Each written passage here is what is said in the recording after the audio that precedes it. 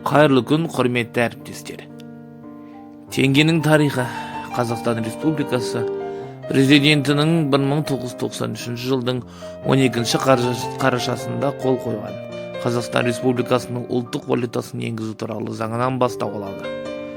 Арадан 3 күн өткенде 15 қарашада ел аумағындағы жаңа сауда-саттық жасау құралы ретінде төл теңге қолданысқа енгізіледі. Халықаралық мамандардың пікірінше теңге ТМД аумағындағы тұрақты валюталар қатарында. Негізі ұлттық валютаның дайындалуы аса құпия түрде болған. Алғашқыда 70 жылдан астам пайдаланып келген кеңестік ақша рубльді қолдана бермек болғанбыз. Бірақ Ресей 15 одақтас республикаларының әрқайсының өз ақшасы болсын деп талап қойды. 1991 жылы теңге дизайн әзірлейтін мамандар тобы құрылады. Осы топқа кірген Тимур Сүлейменов, Меңдімай Әли, Досбол Қасымов пен Хайрула Ғабжәлел ұлттық валюта дизайнын әзірлеуге кіріседі. Ал тиынның дизайн жасау Айрат Измамбетов пен Виктор Ивженкоға тапсырылды.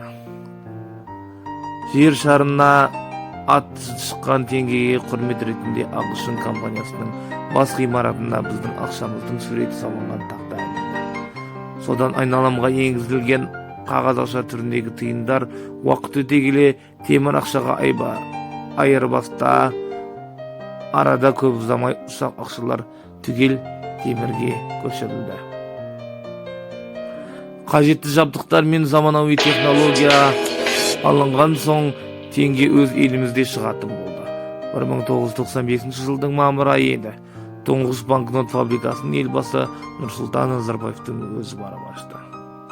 Оларда Әл Фараби, Сүйінбай, Құрманғазы, Шоқан, Абай және Әбілқайыр хан мен Абылай хандардың суреттері болған.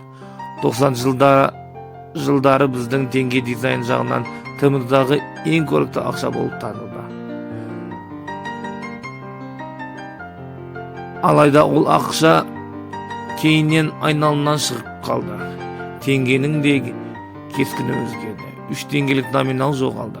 1-ден 100 теңгеге дейінгі қағаз ақшамыз темір теңгеге айналды. Ал құны 200, 500 және 1000 теңгелік ақшаларда Әл Фараби бабамыз ғана бейнеленді.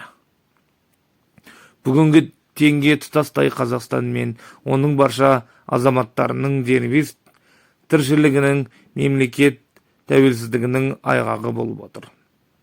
Ұлттық ақша осы жылдар ішінде елбасы Н.Назарбаевтың қолдауымен түрлі қаржы дағдарысына төтеп беріп қана қоймай, жұртшылық тарапынан инвестициялық сенімге де ие болды.